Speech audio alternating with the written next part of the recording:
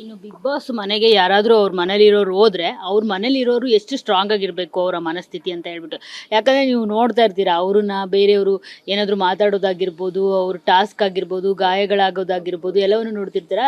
So big boss ಮನೆಯವರು ಒಬ್ರನ್ನ contestant ಕಳಿಸ್ಬೇಕಿದ್ರೆ ಆ ಮನೆಯವರು ಎಷ್ಟು ಸ್ಟ್ರಾಂಗ್ ಆಗಿರ್ಬೇಕು ಆ್ಯಕ್ಚುಲಿ. ಲೈಕ್ ಮನೆಯವ್ರು ಸಖತ್ ಸ್ಟ್ರಾಂಗ್ ಆಗಿರ್ಬೇಕು. ಬಿಕಾಸ್ ಒಳಗಡೆ ಇರೋರಿಗೆ ಅವ್ರದ್ದು ಒಂಥರ ಒಳಗಡೆ ಬಿಗ್ ಬಾಸ್ ಅಂತೀರಿ, ಹೊರಗಡೆ ನಮ್ಗೊಂಥರ ಇರುತ್ತೆ ಟಾಸ್ಕ್ಗಳದೆಲ್ಲ. ಸೊ ಅದೆಲ್ಲ ಹ್ಯಾಂಡಲ್ ಮಾಡೋಕ್ಕೆಲ್ಲ ಯೋಚನೆ ಮಾಡ್ಬಿಟ್ಟು ಮಾಡಬೇಕು. ಸೊ ನಮ್ಗೆ ಸ್ವಲ್ಪ ಸ್ಟ್ರಾಂಗ್ ಆಗಿದ್ರೆ ತುಂಬ ಇದಾಗುತ್ತೆ. ಸೊ ಅಲ್ಲಿ ಹೋದ್ಮೇಲೆ ಎಲ್ಲ ಆಗೋದದು ಇಟ್ಸ್ ಗೇಮ್. ಸೊ ಅದನ್ನ ತಲೆ ಹಾಕೋಬಾರ್ದು ಜಾಸ್ತಿ. ಸೊ ಅದನ್ನ ನಾವು ಸ್ವಲ್ಪ ಸ್ಟ್ರಾಂಗ್ ಆಗಿದ್ದಷ್ಟು ಅವ್ರಿಗೂ ಅದೊಂದು ಹೊರಗಡೆ ಬಂದಾಗ ಅವರು ಸ್ಟ್ರಾಂಗ್ ಆಗಿರ್ತಾರೆ. ಸೊ ಅದನ್ನ ಆರಾಮಾಗಿ ತಗೋಬೇಕು ಅದನ್ನ. ಓಕೆ, ನಿಮ್ಮ ತಂದೆ ಮತ್ತೆ ನಿಮ್ಮ ತಾಯಿ ಇದ್ರ ಬಗ್ಗೆ ಯಾವತ್ತಾದ್ರೂ ಕಣ್ಣೀರು ಹಾಕಿರುವಂಥದ್ದು ಆ ಥರದ್ದು ಏನಾದರೂ ಇದೆಯಾ? ಯಾಕಂದ್ರೆ ಯಾವಾಗಾದ್ರೂ ಯಾರಾದರೂ ಏನಾದರೂ ಆರೋಪ ಮಾಡಿದಾಗ ಏನಾದರೂ ಅಂದಾಗ ಸೊ ಆ ಥರದ್ದು ಘಟನೆ ಅಂತ ಅಂದ್ರೆ ಯಾವುದು? ಜೊತೆಗೆ ನಿಮ್ಮ ತಾಯಿ ಹೇಳ್ತಾ ಇದ್ರು ನೀನು ಟಾಸ್ಕ್ ಆಡೋದು ನೋಡಿ ಅಪ್ಪ ತುಂಬಾ ಖುಷಿಯಾಗಿ ಹೋಗ್ಬಿಟ್ಟಿದ್ದಾರೆ ಅಂತ ಹೇಳ್ಬಿಟ್ಟು. ಸೊ ಅದ್ರ ಬಗ್ಗೆ ಹೇಳೋದಾದ್ರೆ ಏನ್ ಹೇಳ್ತೀರಿ ಅಂತ? ಗೇಮ್ಸ್ ವಿಚಾರ ಬಂದಾಗ ನನಗೆ ಗೊತ್ತಿತ್ತು ಅವ್ಳು ತುಂಬಾ ಚೆನ್ನಾಗಿ ಆಡೇ ಆಡ್ತಾಳೆ ಅಂತ ನಂಗೆ ತುಂಬಾ ಕಾನ್ಫಿಡೆಂಟ್ ಇತ್ತು. ನನಗೆ ನಮ್ಮ ಮನೆ ಎಲ್ಲರೂ ಹೇಳ್ತಿದ್ದೆ ಆಡೇ ಆಡ್ತಾಳೆ ನನ್ಗೆ ಗೊತ್ತು ಅಂತ ಹೇಳ್ತಾ ಇದ್ದೆ. ಮನೆಯವರೆಲ್ಲ ಒಂದ್ ಕಡೆ ನಿಜ ಆಡ್ತಾಳ ಅಂತ ಹೇಳ್ತಾ ಇದ್ರು. ಜಂಟಿಯಾಗಿ ಬಂದಾಗ ಅವ್ರು ಟಾಸ್ಕ್ ಕರೆಕ್ಟಾಗಿ ಆಡಕ್ ಆಗ್ತಿರ್ಲಿಲ್ಲ, ಅದು ಫಸ್ಟ್ ಇಯರ್ ಟಾಸ್ಕ್ ಕರೆಕ್ಟಾಗಿ ಆಡಕ್ ಇಲ್ಲ ಮನೇಲಿ ಹೇಳೋರು ನೋಡ್ದ ಸ್ವಲ್ಪ ಕಷ್ಟ ಆಗುತ್ತೆ ಅಂತ. ಇಲ್ಲ ಜಂಟಿ ಎಲ್ಲ ಮುಗಿದ್ಮೇಲೆ ಗೊತ್ತಾಗುತ್ತೆ ನೋಡಿ ಅಂತ ಹೇಳ್ತಾ ಇದ್ದೆ.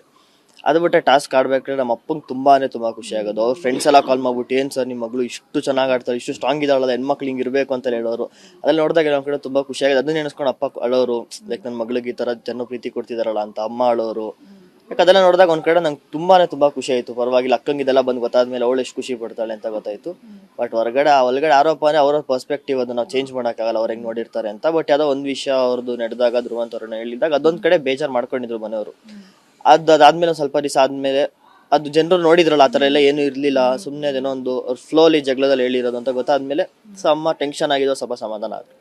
ಇವಾಗ ಜಗಳ ಅಂತ ಬಂದಾಗ ಅಶ್ವಿನಿ ರಕ್ಷಿತಾ ಆದ್ಮೇಲೆ ನಿಮ್ಮ ಅಕ್ಕನ ಲಿಸ್ಟಲ್ಲಿ ನಿಂತ್ಕೊಳ್ಳೋದು ರಕ್ಷಿತಾ ಮತ್ತೆ ರಾಜಿಕಾ ಇಬ್ರು ಸಮಾನರಾಗಿ ಬರ್ತಾರೆ ಬಿಡಿ. ಸೊ ನಿಮ್ಮ ಅಕ್ಕ ನಿಮ್ ಜೊತೆ ಎಷ್ಟು ಜಗಳ ಆಡ್ತಾರೆ, ಅಲ್ಲಿ ನೀವು ಅದೇ ತರ ಜಗಳ ಆಡ್ತೀರಾ ಹೇಗೆ ಏನು ಅಂತ?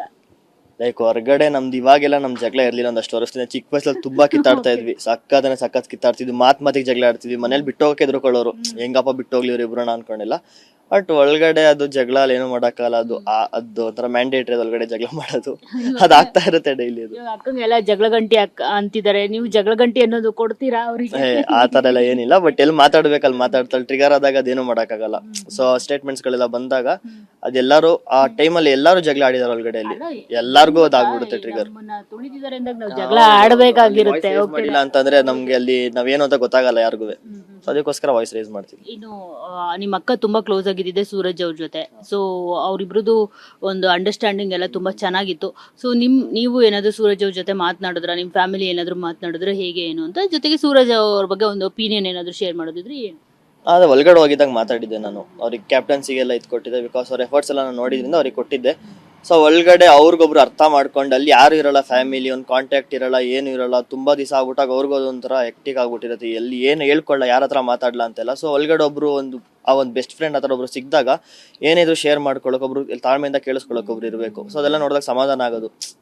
ನಾವು ಕೇಳಿಸ್ಕೊತಿದ್ದಲ್ಲ, ಅವ್ರು ಕೇಳಿಸ್ಕೊತಿದ್ರು. ಅಕ್ಕಂಗೊಬ್ರು ಚೆನ್ನಾಗಿ ಅರ್ಥ ಮಾಡ್ಕೊಳ್ಳೋರು ಇದ್ದಾರೆ ಫ್ರೆಂಡ್ ಆಗಿ ಅಂತಂದಾಗ ತುಂಬಾ ಖುಷಿ ಆಯ್ತು.